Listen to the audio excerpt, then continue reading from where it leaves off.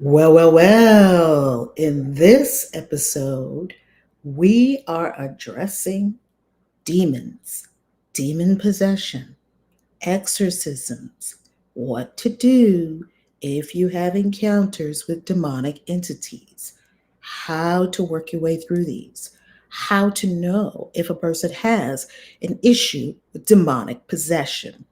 What are these demons? What are they doing? How does it work? We're going to break all of that down in this episode of The God is Not in the Bible. The Bible is not about God. The Bible is not inspired by God. The Bible is not from God. The infinite source, the all, is within you. Okay? It's within you. It's not in any holy book, and it's not in any holy house. It's not in any of those. It's in you. Let's begin. How you loving? How you loving? How you loving? So I have to let you know that tonight is a big night. How you loving? How you loving? Come on in. Come on in. Tonight is a very big night because as we've been, watch it from Kenya. I love it. I love it. Welcome, Kenya. Love it. Love it. Love it. Tonight is a very big night because I am going to be a guest speaker on the annual Samhain show. And you are going to be able to attend tonight if you'd like to watch from YouTube or Facebook. I'm going to put the link right now in this chat. So I want you to join us tonight if you desire. We are in Samhain season. How you loving? How you loving? How you loving? Come on in. We are in Samhain season. What is Samhain? We have Samhain, aka All Hallows Eve, aka Halloween, aka Day of the Dead. All over the world, this period, October 31st, is celebrated by witches and magical beings as a fire festival that celebrates connection with the ancestors and connection with those on the other side.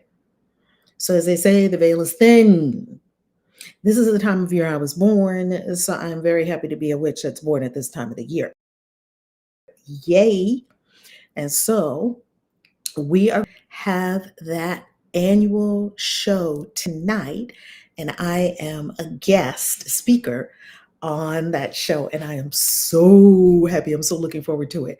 So let me get you the link because you can watch on either Facebook or YouTube. So let me get you that link right now, and then we're going to get down to business with this demon situation. I do want to say this too, that demons may not be what you think they are. They may not be. Okay. So let's come on screen share and let me show you how you can join us. How you loving? I am live here every Wednesday night at 7 p.m. Eastern time. And every so often, this is going to be fire tonight. This is absolutely going to be fire because we are talking science, we are talking psychotherapy, we are talking spiritual traditions, we are talking religion, we're talking all of that. Oh, you're going to love it. You're going to love it. And I'm here Wednesday nights at 7 p.m. on Witchy Wednesday, live most Wednesdays, other than when if I'm out of town. So I just came back from 7 countries in September and October. And so much deliciousness is coming up on the channel from my travels. And if you are, hey, Calvin, Buddy the Vortex, Calvin getting us started right. Set it off on the left, y'all. Set it off on the right, y'all. Set it off. Calvin came in and set it off. Thank you, Calvin, for the super chat. Let's go. Yes. Val, your boy been growing. Again, I thought of you while I was working in the Wiz Lab. I love that. I love that, Calvin.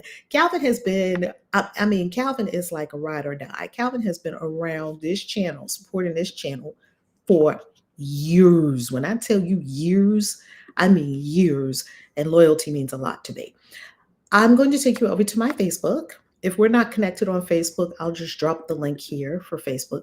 I don't shout out Facebook a whole lot because lately, before, I had not spent a lot of time on Facebook.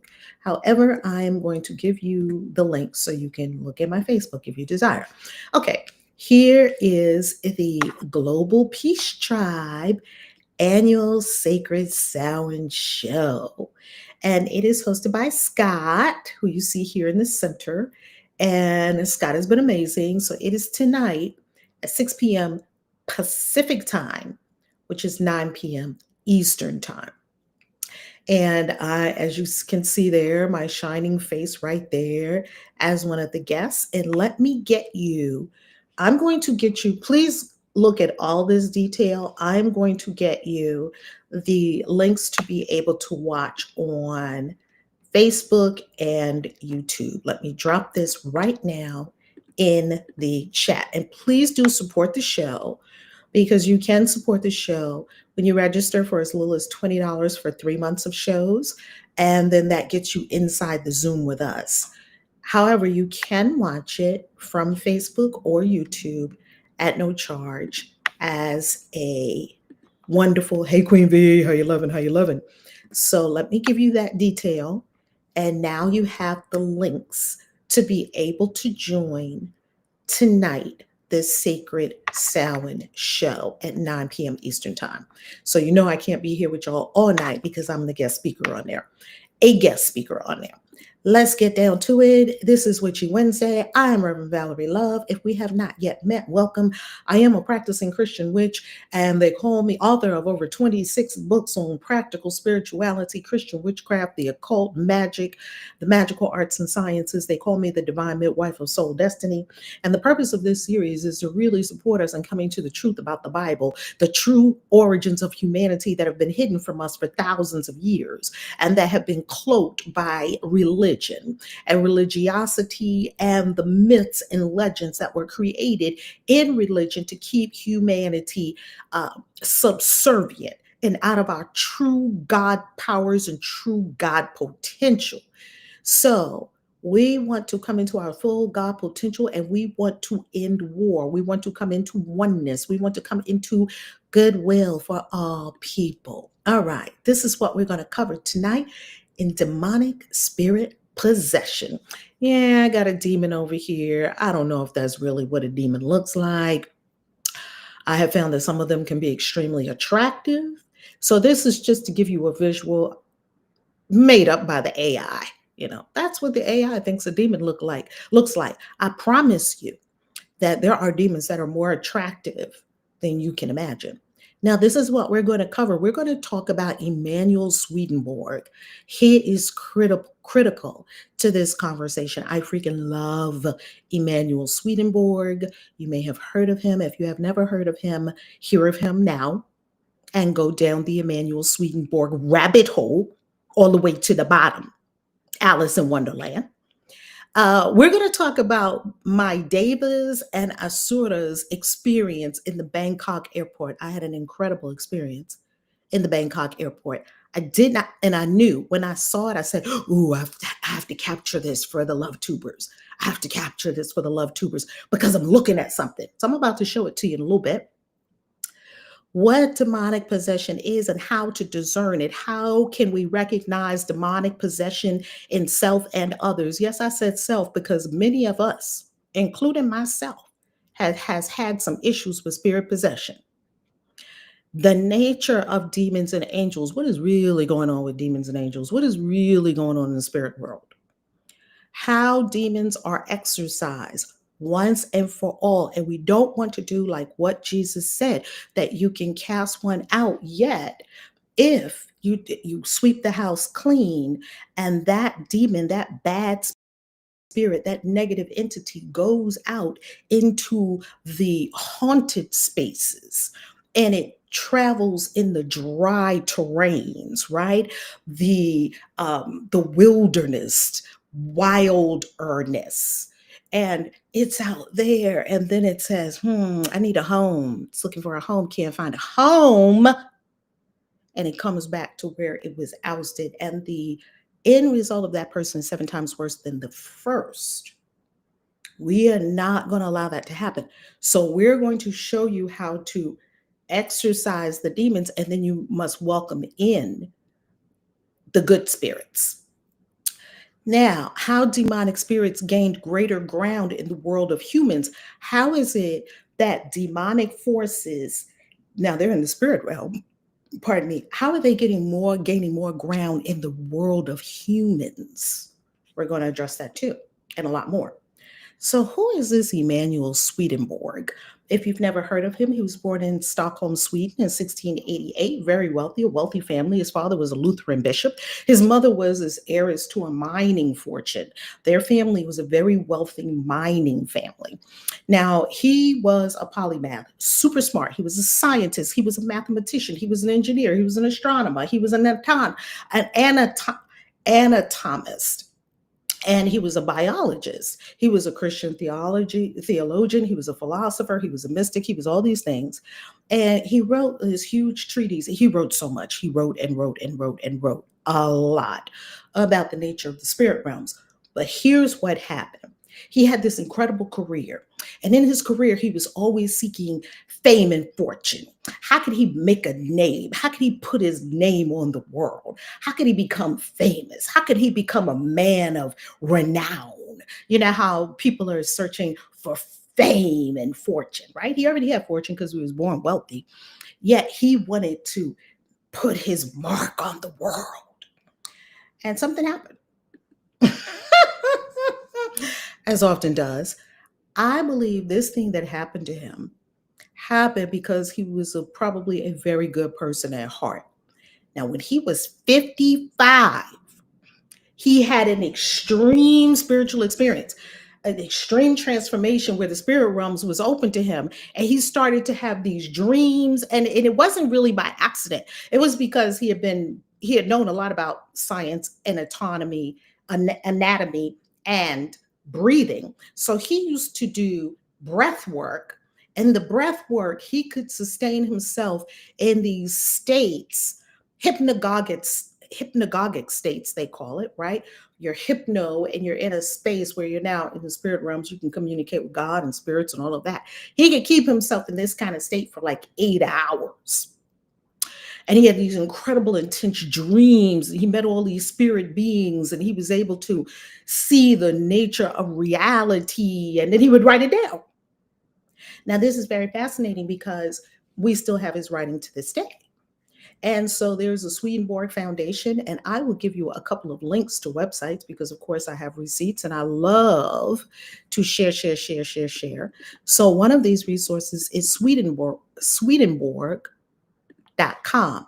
Now, you may have read about Swedenborg a long time ago because he was very big in the New Thought. Well, I won't say during the New Thought movement because, of course, he was earlier than the New Thought movement. The New Thought movement really happened sort of in America, in Europe, in America in the late 1800s, early 1900s, the New Thought movement. So he was not quite during that time yet, because he was a couple of hundred years before that, yet his writing, his experiences, here's a couple of websites for you. I want you to go there and look it up and see all about Emanuel Swedenborg. Absolutely fascinating story, absolutely fascinating life, super fascinating. So when he had this incredible spiritual experience, he was now able to see into the spirit realm, as I mentioned, and he was able to come back with this information. And this is what he said. He said, every person has 4 companions, 2 demons and 2 angels. Think about that for a minute. 2 demons and 2 angels. You have 4. Now, let me come off screen share for a second. And by all means, smash up the likes and absolutely subscribe if you are not already subscribed to the channel. Some of you do watch the channel without being subscribed yet. Here's what I want you to know. Love you, love you, love you. It may not be that you have exactly 4, 2 demons and 2 angels. What this is more telling us is that there is evil influence on us, and there is angelic, celestial, good influence on us. So hold that in your mind. Okay, I've got some negative entity, really evil, really gnarly, evil stuff that's coming up. And where's this happening? In consciousness. You're not meeting these things out here. We keep looking out here. This stuff is spiritual, isn't it? This stuff is spiritual. So we've got some really gnarly stuff. Like, I think if we were to be able to open our eyes and look all around us and see the nature, true nature of reality, like what happens sometimes when you take shrooms, by all means, come with us on our retreat in December. You would be shocked at the level of spirit activity around us. And many of us have already experienced this, haven't we? Haven't we? Put it in the chat if you have. The level of spiritual experiences that we can have is awe-inspiring. It is absolutely mind-boggling. So in order for us to digest what he's talking about here and understand the nature of demons and angels, we've got to understand that there's a vast spiritual world, and this vast spiritual world is influencing us. And there are some in this vast spiritual world whom we know from all of the religious, groups and spiritual groups. They all teach that there's some evil influence in the world, right? And there is good influence in the world. Yes, and we've seen it. We've experienced this. So we know what's going on. Let's continue with Emmanuel Swedenborg. And what does he have to do with this? So you got two angels. If you think you have two angels and two demons. Yes, family, you've seen this, right? So if you have two angels and you have two demons, wow. Each of them are vying for your attention, your thoughts, your feelings, and ultimately what's going to lead to your actions in the world of form. You see, the demons would like you to do what? They'd like you to hate. They'd like you to put yourself only first and foremost and only. It's only me. It's all about me. They would like destruction of your enemies. Right? Conquest. They want domination. They want evil. They want the 7 deadly sins. They want lust and pride and ruin. Not underestimate the hideousness and nefarious nature of demonic entities. Never underestimate these. Don't underestimate them. And what are the angels seeking to do? The angels that are assigned to us. And when I say angels, I teach in the book. The real God is not in the Bible. By the way, the new cover reveal will be coming soon. The cover designer, this was a placeholder cover. The cover designer has completed the cover design. We're getting ready for the Kickstarter. Okay, so we know that there are in the book, I give you proof positive that there are no angels in the Bible. None. This does not mean there are not angels. There just are no angels in the Bible.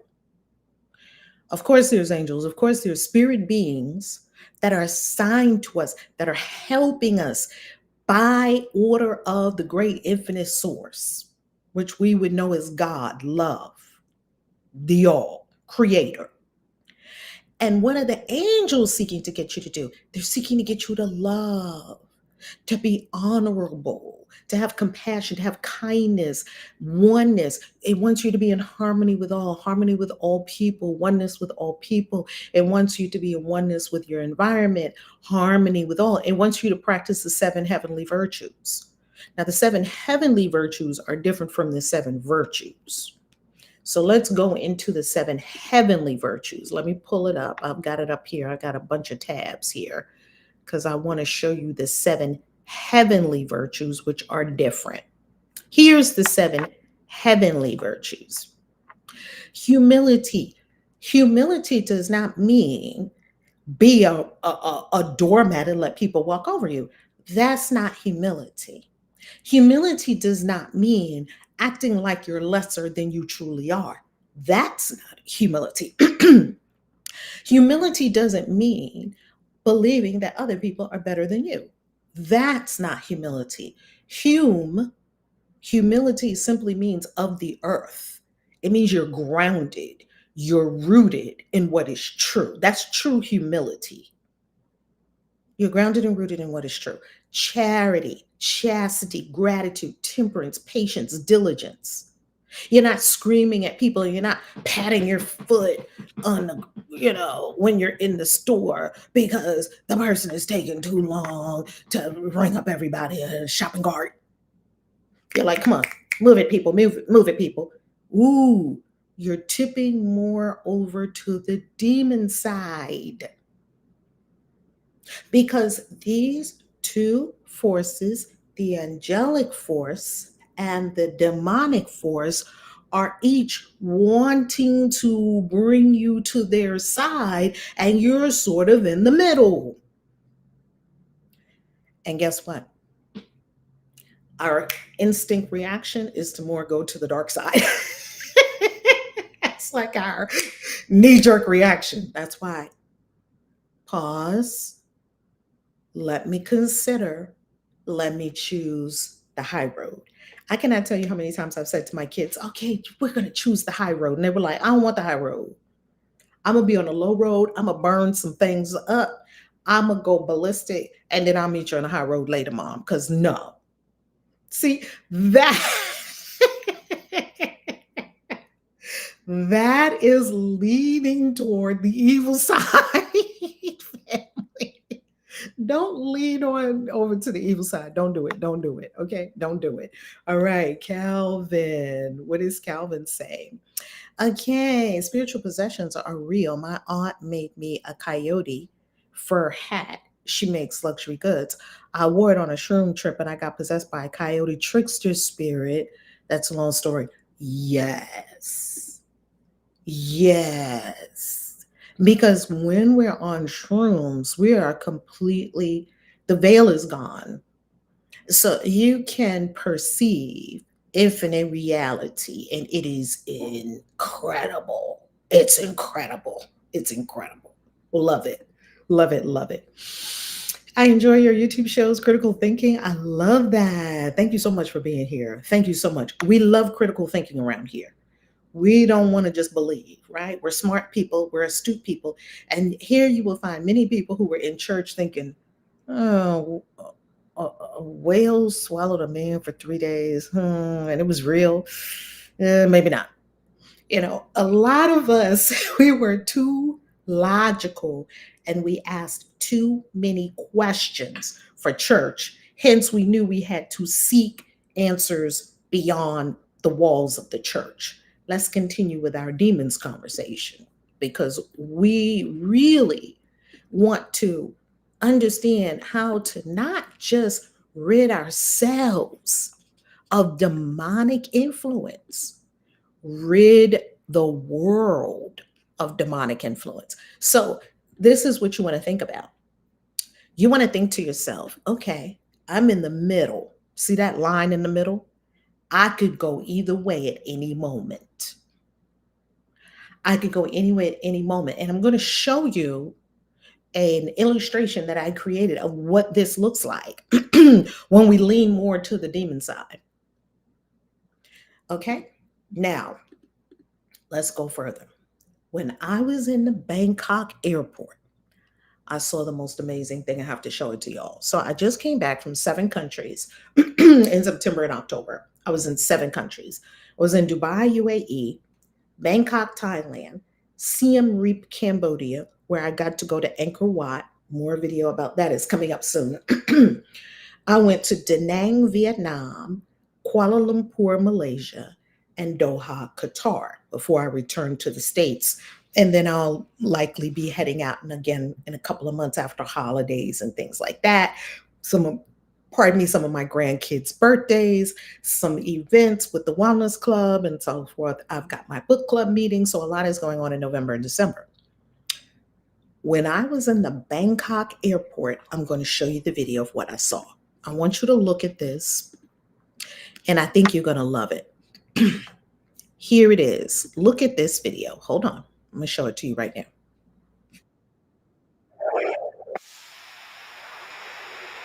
And then I'm going to show you what it means.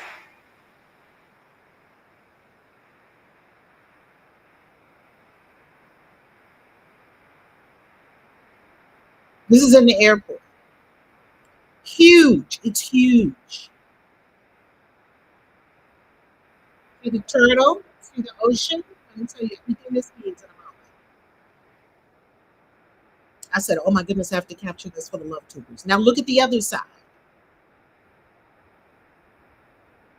They look monstrous, yes? The other side looks monstrous. And there is the three-headed naga, serpent. Okay? Now let's talk about what does that mean? What is that? Kaisi, what is that? I'll show you what this is. This is a story from Hindu mythology called The Churning of the Milk Ocean. And what does it mean? Basically, the ones you saw on the right, they are the devas, the divine beings, the celestial beings. The ones you saw over to the left, and I don't know if it's your left or your right, the ones that you saw on the other side that were the monstrous, hideous looking ones, they are the asuras, the demon spirits. And they were churning, they're pulling the naga back and forth, and the naga is wrapped around the mountain. So let's read what this means. This scene depicts the Vishnu Kurmavatara and the churning of the milk ocean. So they're churning the ocean.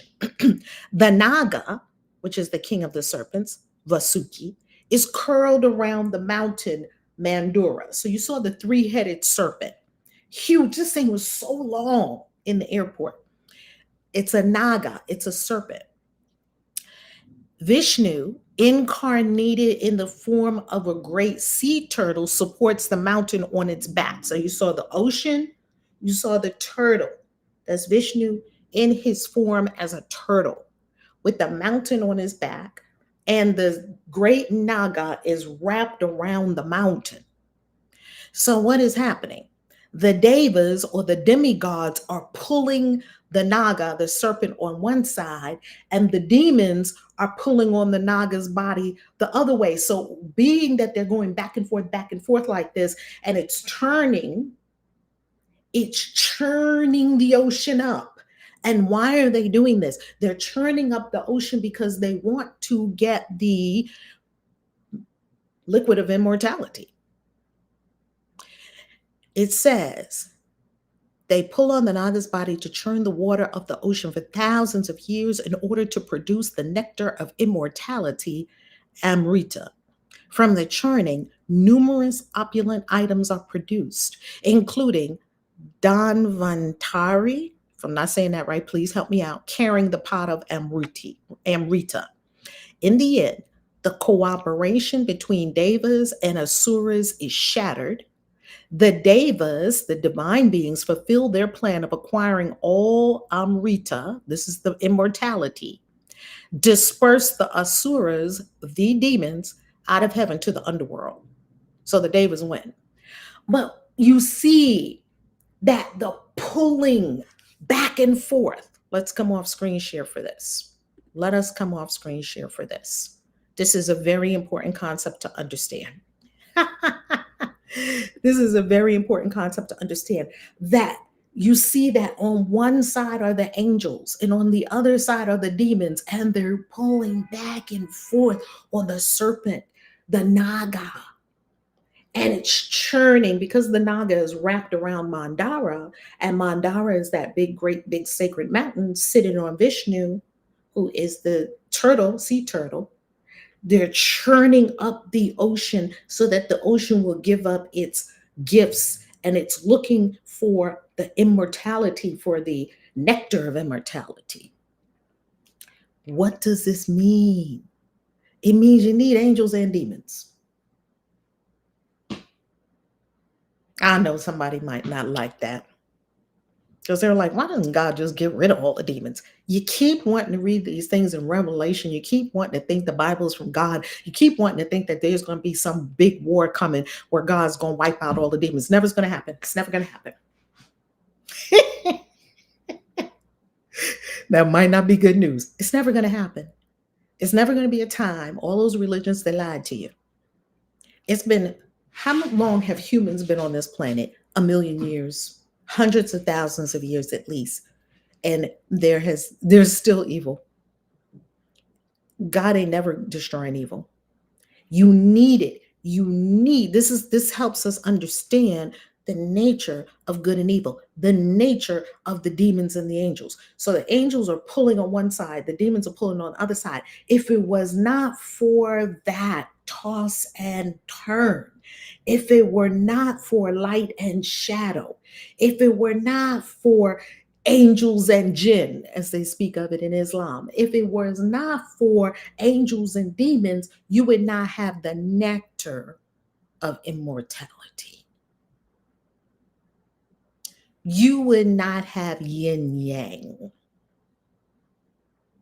This is critical to understand. So don't think that we need to go around killing all the demons, smashing all the demons, getting rid of all the demons. That is not the purpose. That's not the object of the exercise. The object of the exercise is to ascend above it, ascend above duality. No more be influenced by the evil spirits that could be dancing all around you. Yet you are in perfect peace within your consciousness. That is you being a spiritual master. That is you being an absolute yogi, guru, mystic, witch, shaman, healer. That's you in your God self. Let's continue. You need both. You need both. Let's keep going, because we still have a lot to cover with regard to these demons and how to do exorcism. Okay, so a little bit more about the devas, or the demigods, and the asuras. Devas and asuras in Hindu mythology serve as representations of divine and demonic forces, respectively. Devas are viewed as celestial beings associated with goodness, while asuras often embody evil or adversarial qualities, always want to fight, always want to have contention, never at peace. Do you know people that do that? That's a spirit, that's negative spirits. These entities are frequently depicted in conflict, highlighting the eternal struggle between light and darkness. Notably, they participated together in significant events such as the churning of the ocean. We just talked about the churning of the milk ocean, illustrating their complex interactions. They're interacting with each other. Demons and angels are interacting with each other. They know each other within the spiritual narratives, and emphasizing the duality of existence in both cosmic and human contexts. In Buddhism, so that was Hinduism. This is in Hindu mythology, but let's look in Buddhism.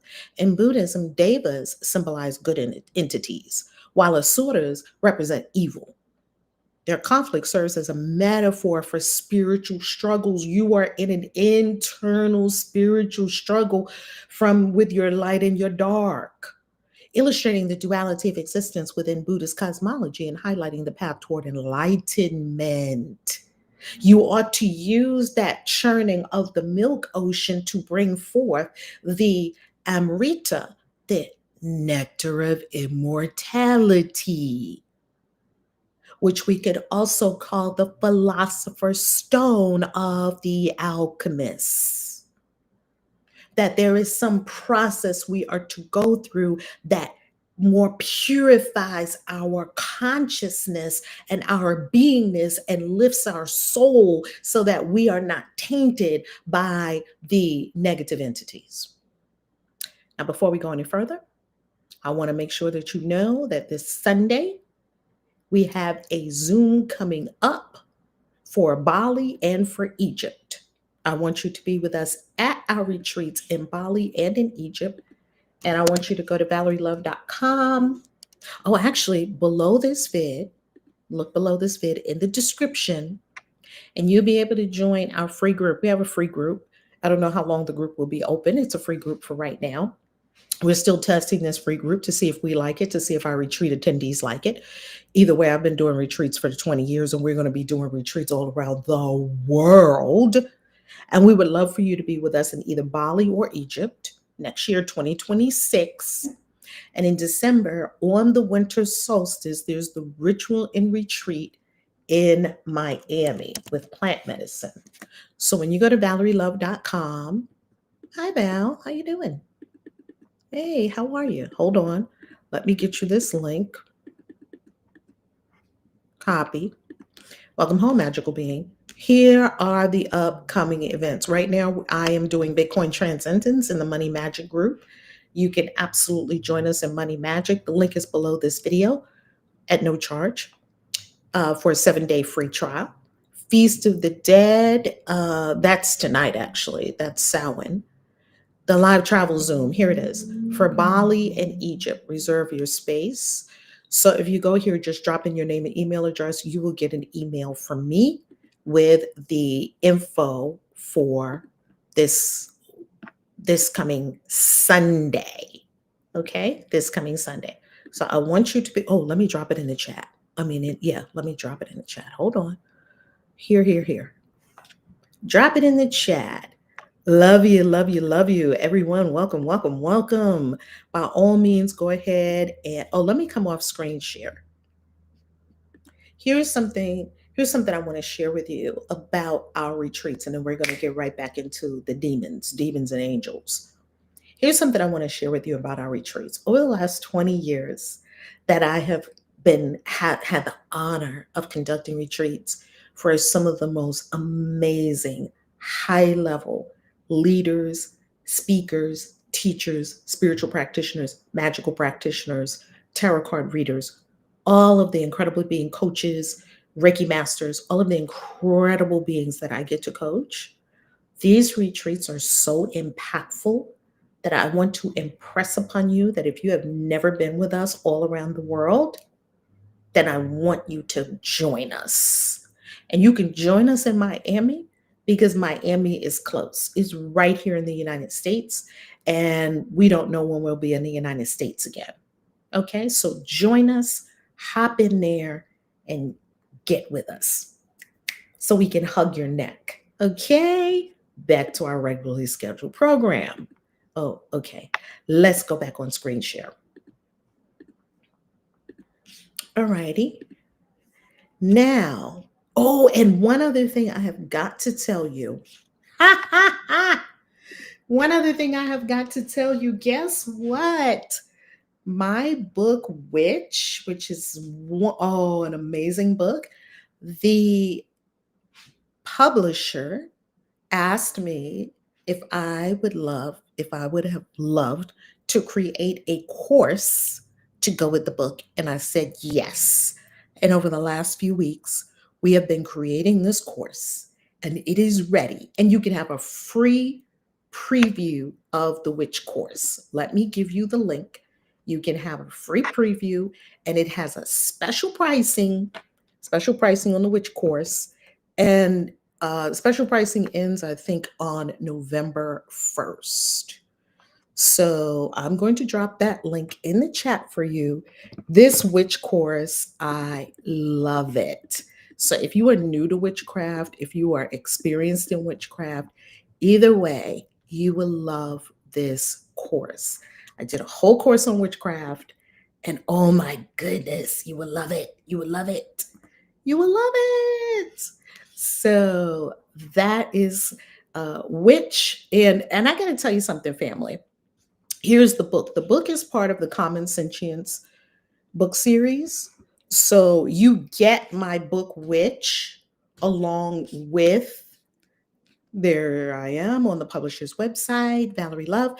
You get a copy of the book, Witch, when you buy the course. you get a copy. And the course is super inexpensive. And wow, it is so packed with so much good stuff. And you see my behind the scenes of me creating these rituals that I love to create for y'all, like the Hyros Gamos ritual. You also see me in my sacred space getting ready and setting up for the Feast of the Dead ritual, which is Samhain. Oh my goodness. It's so good. You will love it. So at least go and get that free preview of it. Okay.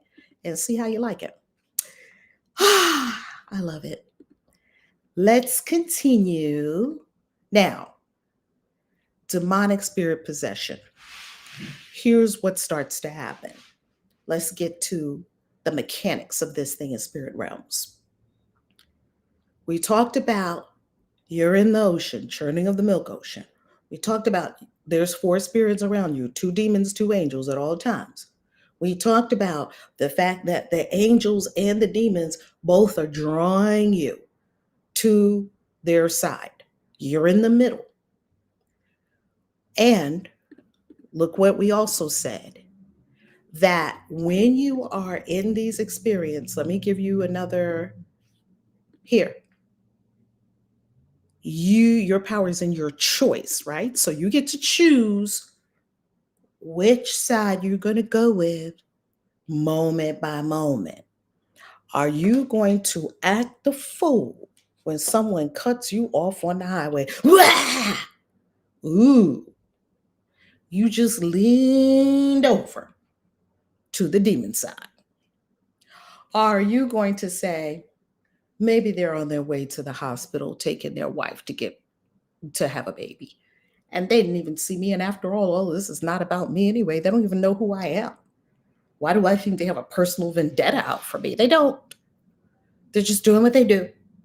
And me, I'm going to remain in my unfuckwithable, peaceful state of peace and abiding with the infinite source, right? Now, that might not be easy to do. Yet, when you do succumb to the demon side, you attach yourself to more negative entities on the other side.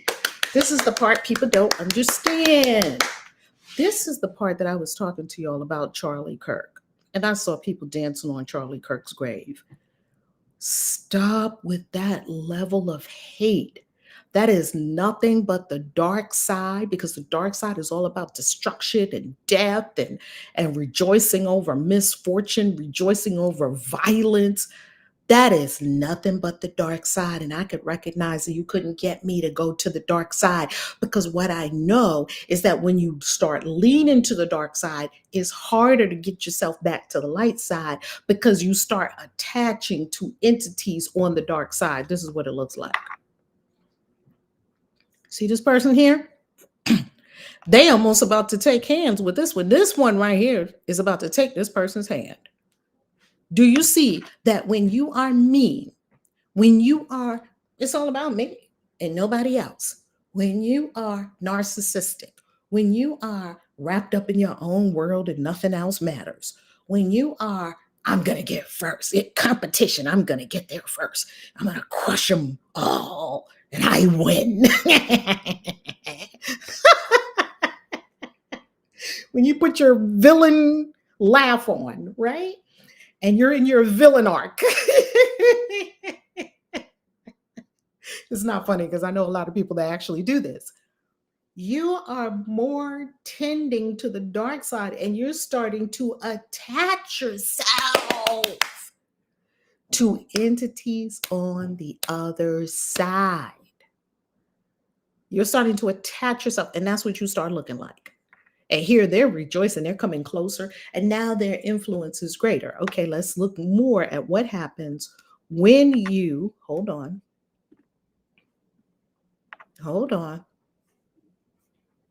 Okay, let's look at what else happens when you succumb to your demon side.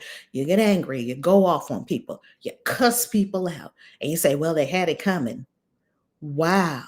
Not only did you cuss someone else out, which could happen, you didn't correct yourself and say, you know what, that wasn't very loving. And I do love this person. So like, even if you don't love the person, you cursing them out isn't a bad thing for them. It's a bad thing for you and your own soul and who you're connected to on the other side. Okay? So when you succumb more to your demon side, you open the doorway for more demonic entities to enter your life. This is why when it's bad, it just keeps getting worse and worse and worse and worse. Because you open the door. And now they're dancing in your life. Woo! Messing up your relationships, messing up your health. Every health issue has a root in energy, consciousness, and every health issue is an entity or some imbalance of energy, something faulty in the energetic space of consciousness. And that's what continues to develop and develop and develop and develop. Sometimes 20 years it takes for something to get into your body. It was already in consciousness for 20 years or more. Now, not only did you open the doorway for more demonic entities to enter your life, you open the doorway for more demonic entities to enter the realm of humans. And you increase the likelihood that next time you'll succumb faster, because you got to put up that good fight to say, I'm going to take the high road, that good fight to say, I'm not going to be depressed. I am going to be inspired and I'm going to do that which inspires me. To fight that good fight to say, something in me wants revenge. I will not succumb to that aspect of me that wants revenge. I will choose forgiveness. Right? And when you keep succumbing to your demon side, you're just giving your angels a hard time. And why give your angels a hard time when your angels are really there to pull you to the light, to influence you ever so subtly with inspiration and healing, to guide you along your way? They can't reach out and do it for you because, of course, nothing can do it for you. But when you get to this place where you're attached to a lot of entities on the other side, and you probably know people like this. You probably know people that are in this situation right now. I'm going to tell you what to do about it. It reminded me of this scripture, Mark 5:9. Remember the man in the Gadarenes? And he used to cut himself with stones. Remember the man in the Bible? Remember that. Jesus said, what's going on with you? What's your name? My name is Legion, he replied, for we are many. Woo, child. Woo, child. That's what's happening. Okay, now here's the good news. Let's get some solutions around here. Here's the good news. The good news is one angel can set 1,000,000 demons to flight, like blowing dust off a shelf. That's how powerful one angel is. Now, I want to talk about this word angels. First, I'm going to do this Emanuel Swedenborg quote. Angels have no power of their own, but God's power works through them to restrain evil spirits, with one angel able to restrain 1,000. So it's okay if a person has gotten to this place and they got all this negativity around them. They got all these negative entities around them. They're attached to all these spirits on the other side because of their own inclinations, because of their own choices. It's okay because one angel can restrain 1,000 demons. One. Now I want to come off screen share for a second and share something with you about this word angel that you hear us using. Let's talk about this word angel that I'm talking about. Okay. Here is the word angel that we're talking about.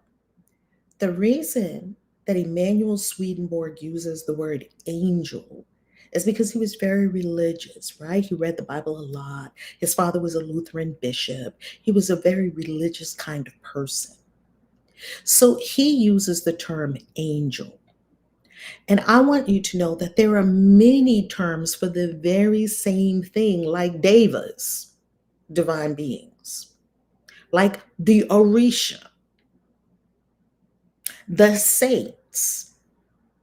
There are many names for these infinite divine beings. And in Emmanuel Swedenborg's mind, he felt like angels and demons used to be people. So that sounds like saints, doesn't it? So they understand our inner struggle.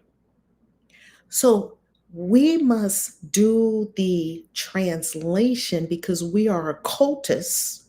We look at that which is hidden, and we're not going to fight over, well, no, it's angels, or no, it's devas, or no, it's Orisha. It's the same thing. It's the same thing. Every different, so one calls it a demon, one calls it asura, one calls it jinn. Are we going to fight over that? I don't think so. We're all talking about the same thing, the evil, negating spirits that want to gobble all of us whole. They want nothing short of our entire utter destruction for all of us. All of us, all of us, all of us. They want all of us because they're greedy. And the angelic forces, the devas, the divine beings, the celestial beings, they are ever calling us upward, higher. They're protecting us. They're inspiring us. They're giving us ideas. Where did I get the idea to write this book? From the celestial beings. Where do you get inspiration? Where did any of the scientists, including Albert Einstein and many of the scientists that you know of, they all speak of the inner dream life. Isaac Newton wrote more about alchemy than he actually wrote about science. Isaac Newton was an alchemist. Put that in your pipe and smoke it, but you'll never hear that in school. Isaac Newton was a big alchemist. But they only tell you the science things that he did, because the other stuff that he did, the woo-woo stuff, oh, we can't talk about that in science. That's taboo. But he didn't think it was taboo. He lived at a different time. So if you work with the Orisha, great. You are working with celestial beings. If you work with the saints, great. You are working with celestial beings. If you are working with the angels, great. If you are working with the devas, great. All the same thing. So I know that we're using the term angels and demons, and these are very Christian terms.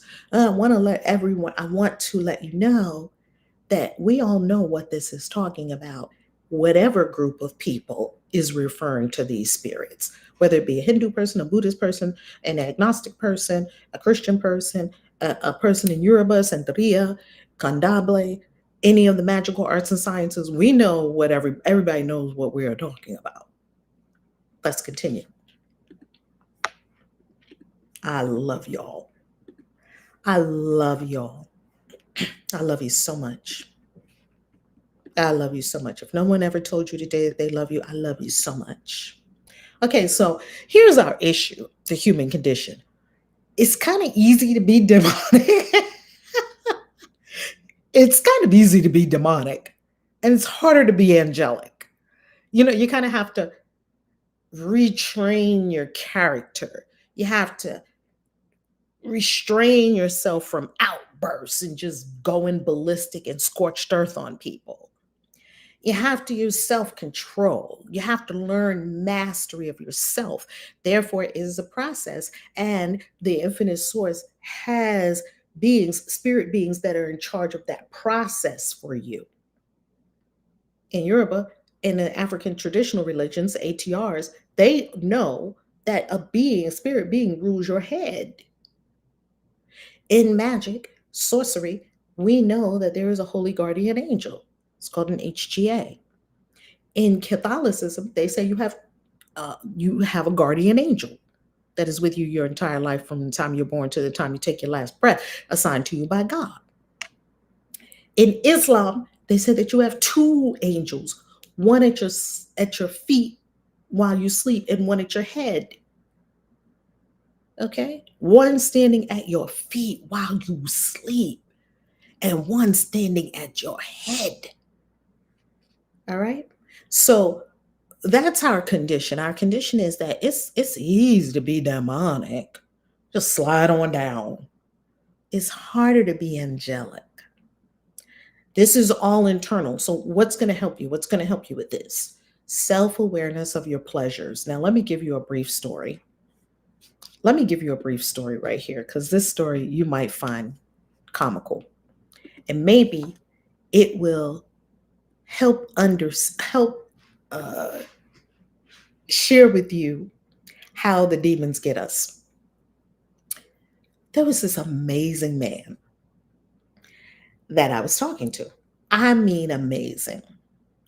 This man, nice looking, suave, debonair. I mean, this man, amazing. Businessman, well to do, successful, well spoken, wonderful, wonderful gentleman. I mean, everything I could think of to ask. And this man was talking to me, he very much liked me and all that. And then it came up in the conversation that this man was married and he was not hiding it. And he wanted to continue anyway in a relationship. If you're watching, wink, wink, how you loving? And I was at a choice point. I was at a choice point.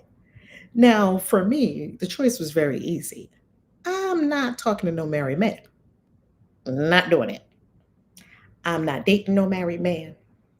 I'm not because he's married, because I have too much self-respect within myself to be tipping around with somebody else's husband. I have too much self-respect for myself. Now I had to learn that, because before my husband cheated on me, and one time I cheated on somebody else, it didn't work. We were tipping to the dark side. That was in my days when I didn't understand spirituality. I understand spirituality now enough to know that's some bad karma right there. No. So here is what you're going to find. The negative entities. That's why I said earlier, demons don't always look ugly. He's not a demon. That's not what I'm saying. Demons don't always look ugly. Demons will present to you temptation that will make you be like, let me consider it. My daughter said something funny to me. She said, when I told her, I was like, I'm not trying to be nobody's next mistress now. I don't do that. I don't do mistress. I do main act. I'm the main act. I don't do mistress. I don't do side chick. So my daughter asked me, she said, well, now, wait a minute, Mom. What was he proposing? And we had a good laugh at that. Because, he might have been making, I hadn't asked what the proposal was going to be. We just was not doing that. Right? I don't care what the proposal is. So I say that to say, this man is packaged up so well that I would have probably licked him from head to toe. However, he's married. Therefore, no. And so for me, get thee behind me, saying you trying to tempt me with this fabulous man. I don't think so. No, because it's just, no, it's bad karma, right? So I want to tell you that you have got to think about your pleasures. You have got to think about what appeals to you. Because let me tell you what these demonic entities are doing. They're sitting around having a conversation while you're asleep. Okay, what does he like to watch? Can we get him hooked on porn? Does he like porn? What kind of porn does he like? Animal porn, or I don't know, Asian porn, or what? Okay, can we get him? What's his job? These entities are sitting around having a conversation about you to see how they can get you to come onto the dark side. And if you don't believe me, ask, go deep within yourself and ask the infinite source. Infinite source, are there negative entities trying to get me? Yep, but we held them at bay because the angels have been around you.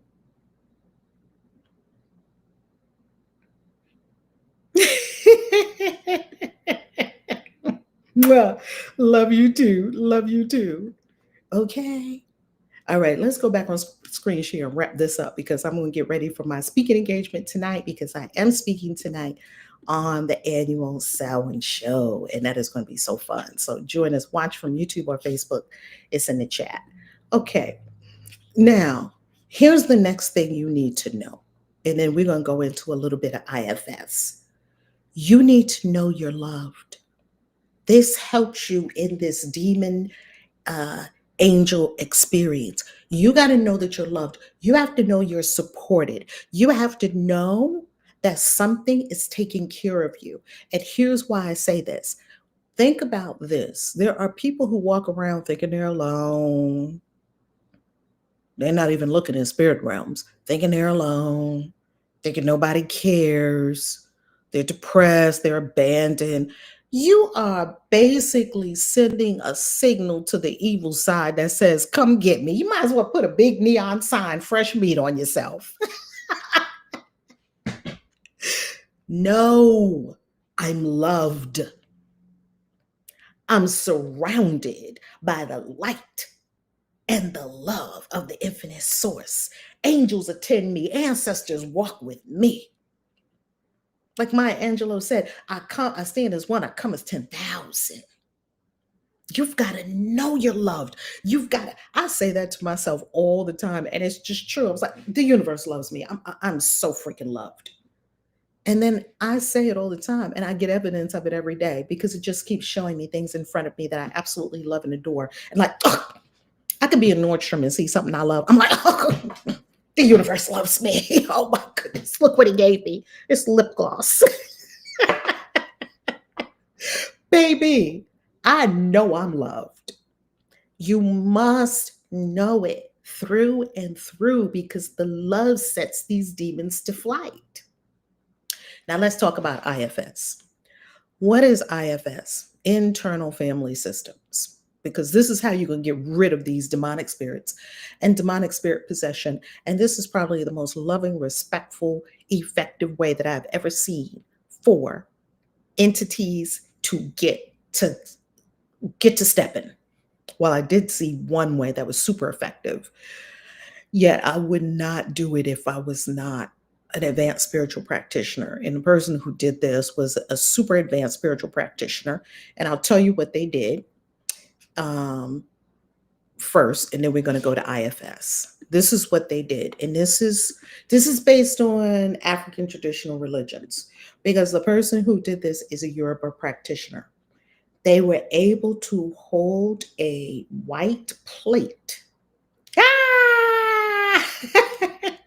We got fireworks. They held a white plate and they sucked the demon out of the person into the white plate. Now, I'm going to tell you something. This person was an extreme advanced practitioner. Do not try this at home, boys and girls. Suck the demon into the white plate and smash the white plate on the ground, smithereens, and broke that thing, disintegrated thing into billions of pieces. Do not try this at home, boys and girls. So there are many ways to do exorcisms. And there is also the very violent way through the Catholics, and now it works. Priests have been exorcising demons from people with the Bible and the cross and the person's like until the thing comes out, and then it finally comes out. They're like, phew, feels so much better. It's pretty violent, right? It's very agitating. It's very agitating. And one of the things that I love about some of the spiritual practitioners that I know who can exorcise demons very well, They always make sure that the body of the person is well taken care of while the demon situation is going on, because the person can flap around a lot and move. You don't want them to bump their head. You don't want them to fall out. You want to keep their body safe. So here's how you're going to get this demonic entity or entities out of people you know and love. This is what's going to help them IFS. So let's talk about IFS. What is it? Is one of my newfound loves. It's one of my newfound loves, and I'll tell you why. Yes, and I have to keep a watch on the time because I'm speaking tonight, and I want you to come to the event tonight. Watch on Facebook or on YouTube. IFS is a therapy for trauma. Now, this is a psychotherapy. And this is what IFS says. IFS says you are not one person. You were taught that you're one person. You're not really one person. You're parts. You're comprised of many parts. And there may be unattached burdens. Burdens, they call UBs in the IFS system. We would call them demons. Attached to our psyche that must be released or exorcised through love. Now, pardon me. Bob Falconer, I'm going to give you someone to watch on YouTube because you would just fall in love with Bob Falconer. Robert Falconer, also known as Bob Falconer, he recently published a book, and his new book about IFS and unattached burdens is called The Others Within Us. The Others Within Us. Internal Family Systems, which is IFS, Porous Mind, and Spirit Possession. Now, let me get you his bio so you understand Robert Falconer and who I am talking about with Robert Falconer. This is his website, Bob Falconer, robertfalconer.us. And this is what he looks like right here. He's an author, he's a teacher, he's a consultant, he's a spiritual guide, as it says right here on his website, right? He's a spiritual guide. And if you want to read a little bit more about his bio, let me close this and close this. If you want to read a little, here's his book. And I will give you the link to his book. Let me get my Amazon link. Thank you for using my Amazon link. I so appreciate that. If you use my Amazon link to buy it. This therapy, yes, Lucia. This is different from somatic therapy. Oh my goodness, it's so good. You will love it. Okay, hashtag paid. I want to let you know that this is an affiliate link, and thank you so much for using my affiliate link, as I'm compensated by Amazon when you purchase using my affiliate link, and thank you so much. Necessary FTC disclosure right there. All right. We already did the Devas and the Asuras. We already did the 7 virtues. Bob Falconer. And I want to get you this other website on Bob Falconer. Here it is. Because this tells you a little bit more about him, that he's an IFS counselor, he's a teacher, he's an author. This shows you where he got his master's degree in psychology, and that he has been practicing at the Esalen Institute. For decades, he's been using many different modalities for psychotherapy, because he's a psychologist.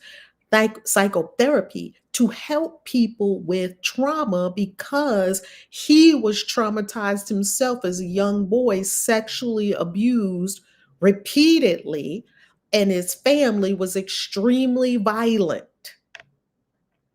So you're talking about a man that had a whole lot of trauma. And he has been practicing IFS, internal family systems, for many, many, many years. And he's written several books about it. So I just wanted to give you a little bit about his, and we already read that scripture too, and we already looked on Facebook too, and we already looked at my website, and we already looked at that. Okay, very good. We're getting through all our tabs.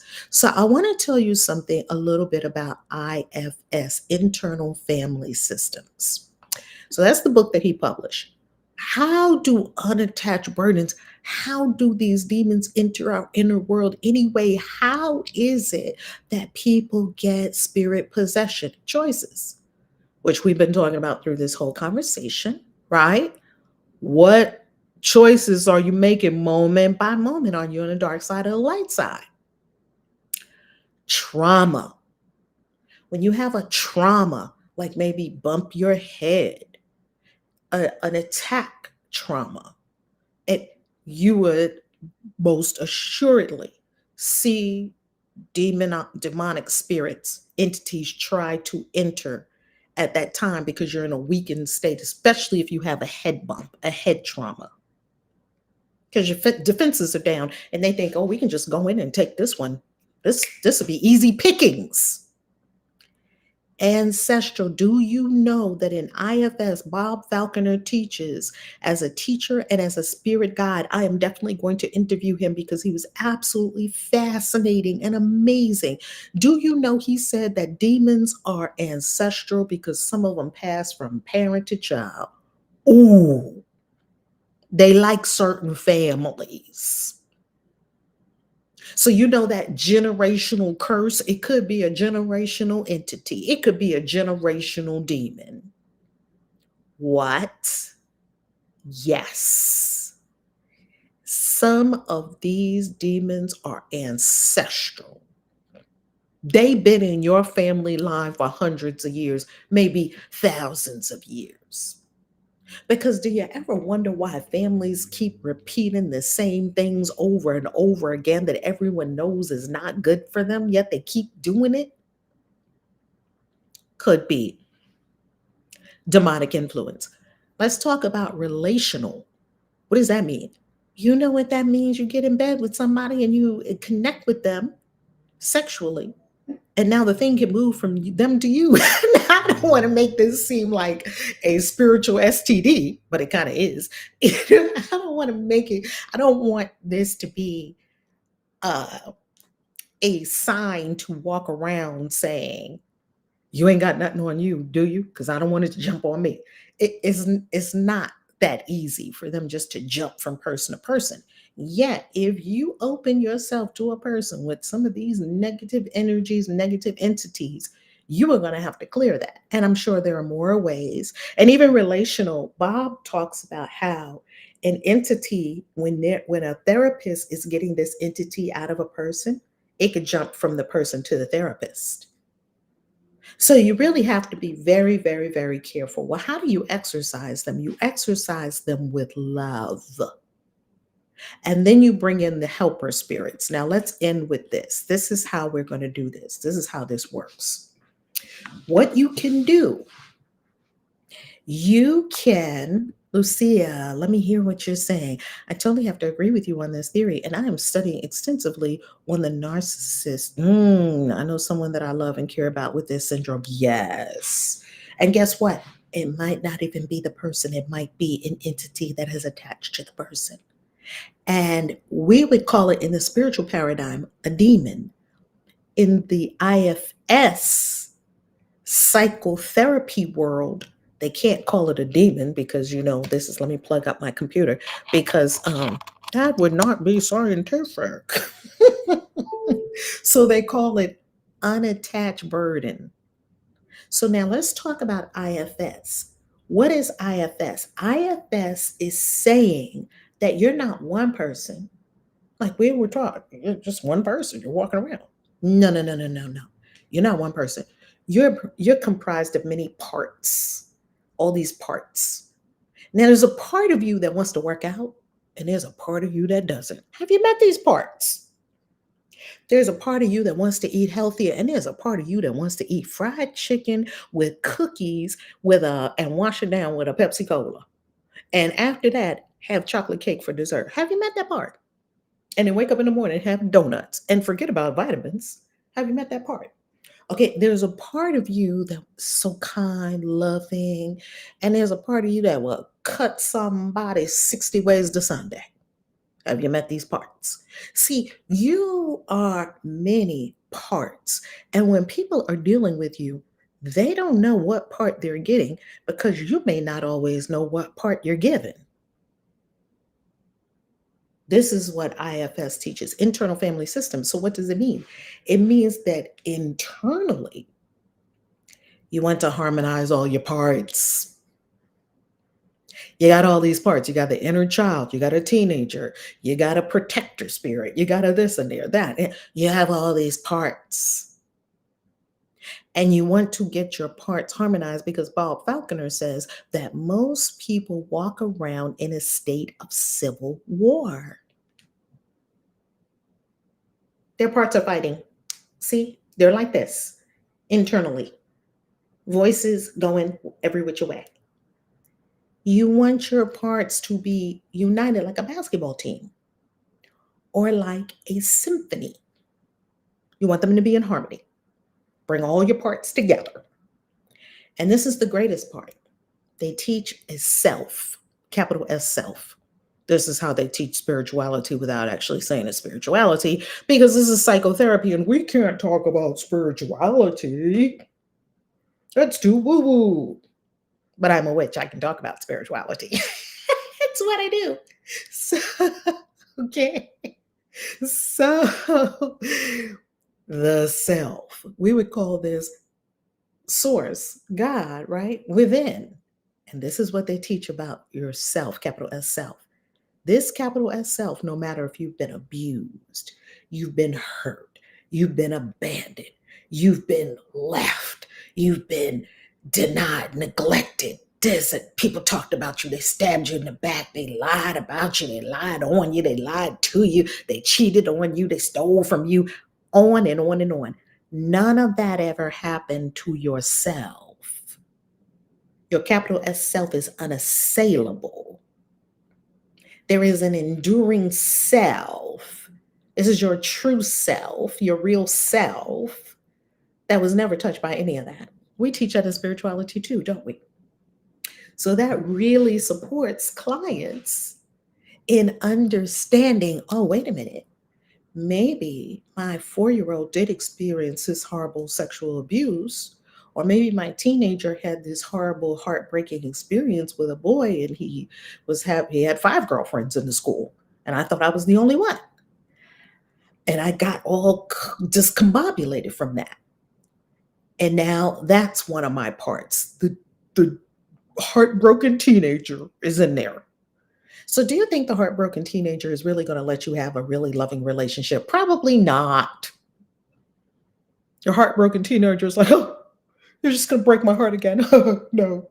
It doesn't recognize that the person in front of you is not the same person as that little young guy in middle school that didn't know any better either. He was just kissing all the girls because he had a new sensation that he could get his thing can go up and he's like, "Ooh, I like this. This feels great." Like, what do you expect from any teenagers?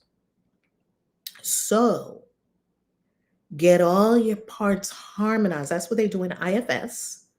And then as they have all these parts harmonized, guess what? You will love this. By working with the client, they find the UBs. What are the UBs? The unattached burdens, the demons, the demonic spirits. And here's how you can tell if it's a demonic spirit. This is how you can tell. This is how you can tell. You talk to it. And why should this be strange? Jesus did it. He talked to every demon that he ever exorcised. He would be like, okay, come on out. Okay, what's your name? Okay, okay, do this. Okay, do that. Jesus just talked to them. Talk to them. And this is what Bob Falconer said, and this thing was amazing. He was doing an IFS session, and he was talking to one of his clients who had an unattached burden. And this unattached burden, this demonic spirit, this demon spirit, kept taunting the person. They kept taunting the person. Okay, I think I need to put some money in timeout. Bye. I think you are probably not here to help the conversation. So let me put you in timeout. Okay. We just had to take care of something right there. Okay. So the therapist was talking to this person, and this person had a UB, an unattached burden, a demonic spirit that had attached to them. And the reason they call them an unattached burden is because they're not one of you. So all the beings, the parts that are really you, want your best interest, even if it doesn't sound like it. So I'll give you an example.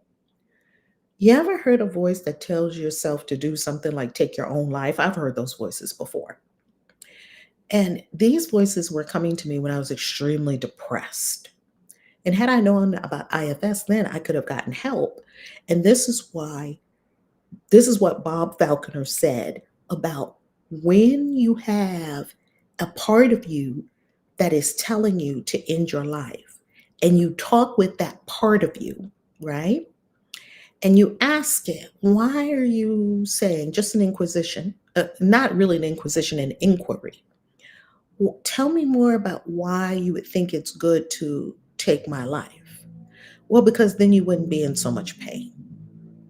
So it really has your best interest at heart. But now, when you talk to an unattached burden, they don't have your best interest at heart. When you talk to a demon, they've been doing destruction. So this is what that sounds like. Bob Falconer was talking to a client, and he was going through into their psyche, and you go deeper and deeper into your psyche. And I promise you're going to find some very strange characters in there. You're going to find your parts, all these parts. It could be 20, 30, who knows? And the good news about it is that's normal. So when you hear voices, that's normal. In the modern Western world, they tell you it's not normal to hear voices. That's a lie. Everybody hears voices. Everybody that has a mind, anyway, hears voices. He was talking to a client who had a demon possession. And this demon was a nasty, gnarly one. Yet, this demon could not lie. Bob said that he's helped a lot of these come out of people. He said they cannot lie, even though they can use subterfuge, they can try to double talk. They can't point blank lie when you ask them a point blank question. So this is what he said to the demon. The demon was talking. The demon was like, yeah, I'm going to destroy her. Literally. The demon wasn't lying. And it was clear, yeah, I'm going to destroy her.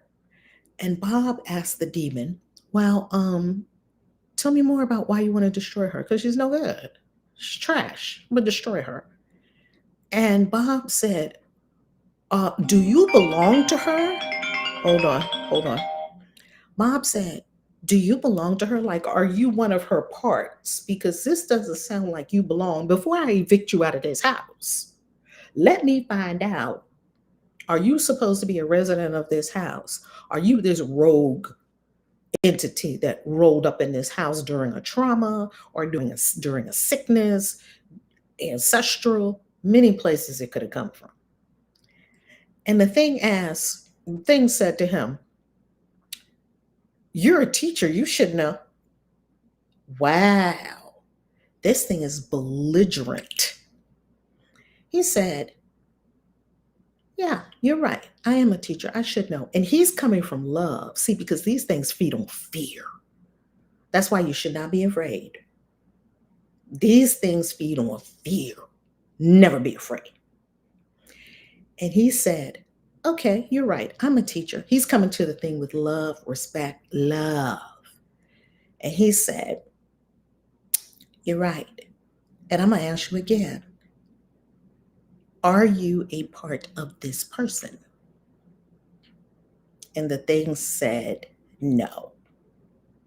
And he said, then you have to go. Then he went through the process of getting rid of this thing.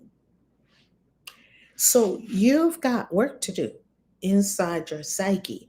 You need to sort through, and this is what you can do. You can get a book, a journal, an inner terrain journal. I'm not saying that they do this in IFS. I'm telling you that this is something that's coming to me by inspiration to do. Get an inner terrain journal and map out these parts of yourself that you hear from, because you're hearing from them all the time. and they're active and they're causing you to do things. And rather than being in internal fights with yourself, settle them all, get them all together, get them all on side with spirit. Now, this is what happens when you evict a demonic entity. You know how, picture a boat, like a little canoe on a lake. And let's say there's four children in the middle. And let's say there's an adult on one end and an adult on the other end. And let's say that both the adults stand up all of a sudden and lean to the same side and then jump off the boat. What's going to happen to the boat? The boat will rock back and forth until it settles into homeostasis again, right? With the four little children in it.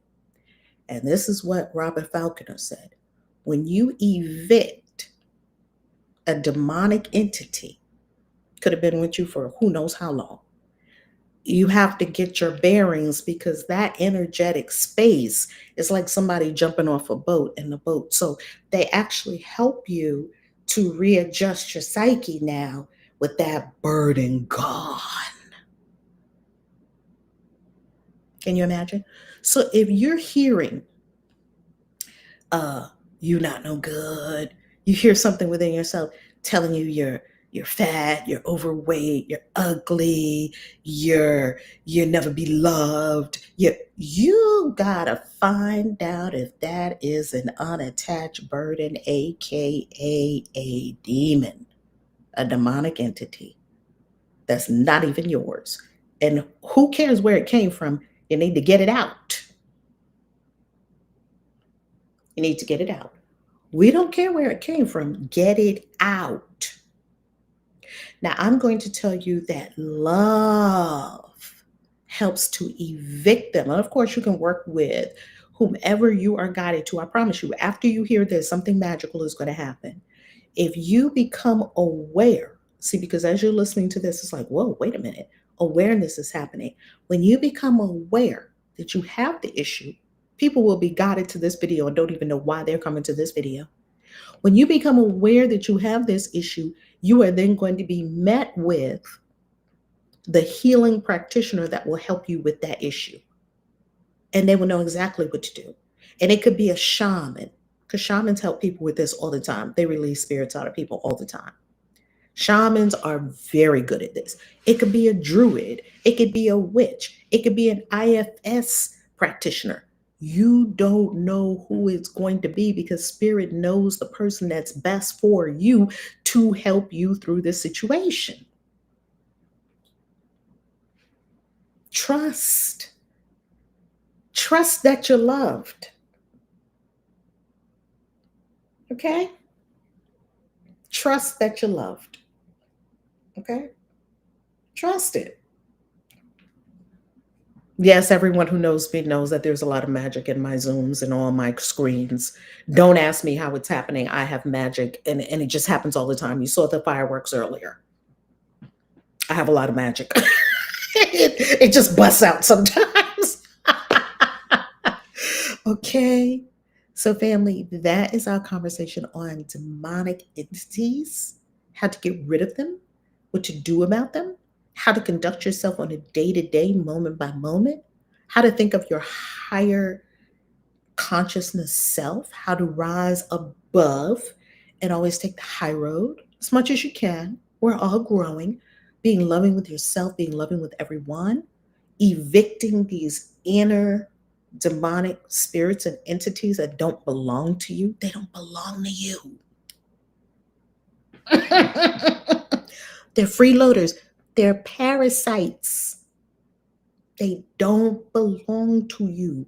Get rid of them, and you will be led exactly on how to get rid of them. I love you. Peace.